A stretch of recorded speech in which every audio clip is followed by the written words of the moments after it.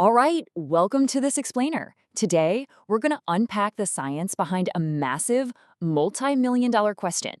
Can young people actually be taught to become entrepreneurs? We're basing today's analysis on a fascinating script from the RY Minds podcast, which really dives deep into the data, the psychology, and the real-world impact of teaching youth to build businesses. It's a topic that's completely reshaping how we think about the future of work, and I'm super excited to guide you through it.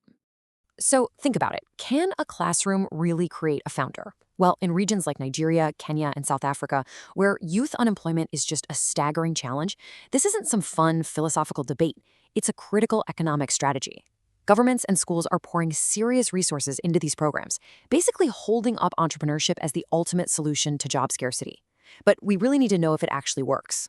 Okay, let's map out our journey for today real quick. 1. Can it be taught? 2. The science of intention. 3. What makes a good program? 4. The gender and wealth gap. And finally, 5. The broader ecosystem. Let's dive in. Section 1. Can entrepreneurship be taught? Measuring the impact. Now, instead of tracking actual business formation, which, let's be real, can take years and is influenced by a million outside factors, researchers measure something called entrepreneurial intention. Basically, this is a person's deliberate, conscious plan to start a business in the future. They track this because psychological frameworks tell us that behavior naturally follows intention. If you can move the needle on a student's intention, you're highly likely to move the needle on their actual behavior down the road. But this brings up a really fascinating and honestly kind of uncomfortable nuance. Are we raising intentions for the right reasons?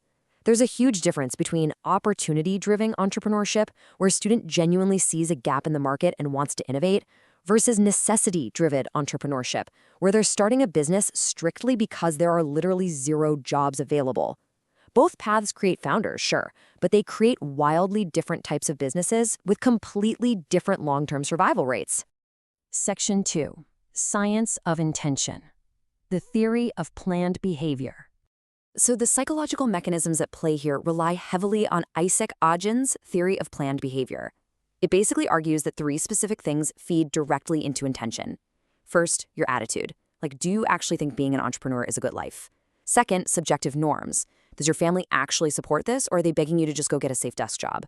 And third, perceived behavioral control. Do you genuinely believe you can pull it off? So, the absolute crucial point here is that third pillar. In the research world, we call it entrepreneurial self-efficacy. But in plain English, it's confidence. Researchers like Fayol and Lignan have shown time and again that this is exactly where educational programs have their absolute strongest effect.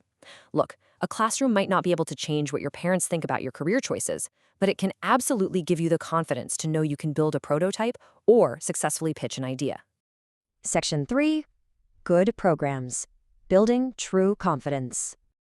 There is a stark contrast between teaching about entrepreneurship and teaching through it. Education about business is totally academic. You're just memorizing what a lean canvas is. But education through business, that's experiential. It's rolling up your sleeves, actually filling out that canvas, and talking to 10 real-world customers. The research absolutely proves that hands-on experiential learning moves the needle on intention way more effectively than any textbook ever could. So if we're going to build a successful program, here's the blueprint based on the evidence. It requires real-world market application and sustained timelines. Like a one-day workshop just isn't going to cut it.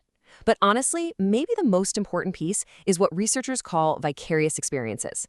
This means intentionally connecting students with mentors who look like them, who grew up in their exact same neighborhoods, and who have actually made it. Seeing someone similar to you succeed, it completely shatters the glass ceiling of what you think is possible. Section 4. Gender and wealth gap. Structural disparities. Now, we gotta be honest, this data paints a much more complicated picture when we start looking at equity. The numbers show that young women, on average, report lower entrepreneurial self-efficacy. And let's be clear, this has absolutely nothing to do with capability and everything to do with deeply ingrained structural messaging and cultural expectations that actively push back against female risk-taking. Meanwhile, lower-income youth are facing this vicious double bind. They have incredibly high motivation to escape economic insecurity, but they hit a brick wall because they have zero financial safety net to actually take the leap. The source material actually points out that the classic image we have of an entrepreneur is incredibly gendered. So to be truly effective, educational programs can't just be generic, one-size-fits-all. They literally must actively showcase female entrepreneurial role models, create dedicated support networks, and tackle these deep structural disparities head-on if they want to raise intentions equally for everyone. Section 5. Broader ecosystem. Beyond the classroom. Here's the harsh reality. You can design the best, most experiential education program in the world, but if a highly motivated youth graduates and steps into a hostile ecosystem with access to credit, without vital mentorship networks, or even lacking basic, reliable infrastructure like power and internet, they're just going to hit a wall. All that intention we built up, it doesn't magically translate to action if the real world refuses to let it happen. An expert from the banking sector highlighted in the original text that the formal financial systems are simply not built for these young people. Traditional institutions have a super low risk appetite. They aren't designed for early-stage, unproven youth who have no collateral. This systematically locks them out of the exact capital they need to execute the very intentions we just spent years teaching them to have. It's a huge mismatch. Ultimately, what you really should take away from this explainer is that quality entrepreneurial education does something profound, and it goes way beyond just making spreadsheets and business plans. It provides permission. For so many young people, especially those from marginalized backgrounds, a great program is literally the very first time someone looks them in the eye and tells them they are capable of building their own future. So I want to leave you with this final, absolutely vital thought. The data proves it. We can successfully teach the next generation to be confident, intentional entrepreneurs. The question is no longer whether they can learn it. The real question is, are we actually willing to fix the world outside the classroom to let them succeed? Thanks so much for learning with me today, and I'll catch you in the next explainer.